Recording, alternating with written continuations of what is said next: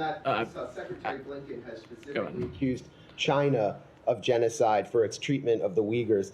But Blinken didn't point to any mass killing there. According to Euromed Monitor, 4% of the entire population of the Gaza Strip is now dead or injured. In just 90 days, 65,000 tons of munitions have been dropped on the Gaza Strip, 3 times what was dropped on Hiroshima. You have evidence of industrial-style killing. The South African legal team presented 20 minutes straight of statements on the record by Israeli leadership expressing the intent to commit genocide, for example, referring to the Palestinian population as Amalek. So how can you explain this discrepancy between Secretary Blinken accusing China explicitly of genocide with no mass killing, presenting no evidence of the mass killing of Uyghurs, and then dismissing out of hand the potential that Israel could be committing genocide in the Gaza Strip, calling it unfounded? How do you explain this discrepancy?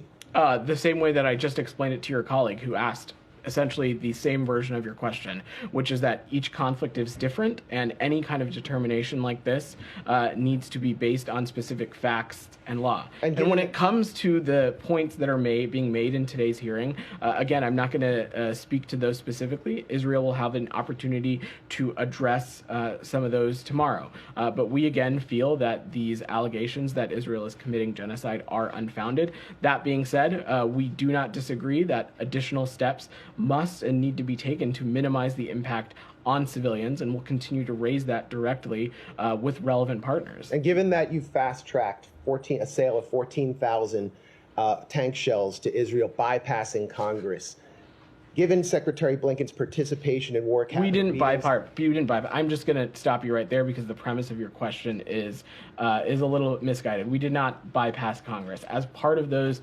as part of that, there is appropriate congressional notification that happens, and we complied with those appropriately. Okay, more and more members of Congress are demanding oversight because they're not getting adequate oversight. But no one disputes that the U.S. is isolated in protecting Israel as it conducts this operation, as it calls it, in Gaza. No one disputes the direct U.S. role. So the question is, the Secretary Blinken, who went to Israel first, declaring he was there as a Jew, identifying with the ethno-religious character of this state, which is now standing accused of the potential to commit genocide, is Secretary Blinken concerned that ruling in favor of South Africa in this case could set the stage for his own prosecution or that of your colleagues? I'm just not going to get ahead of hypotheticals, and you probably shouldn't either. Jackson, go ahead.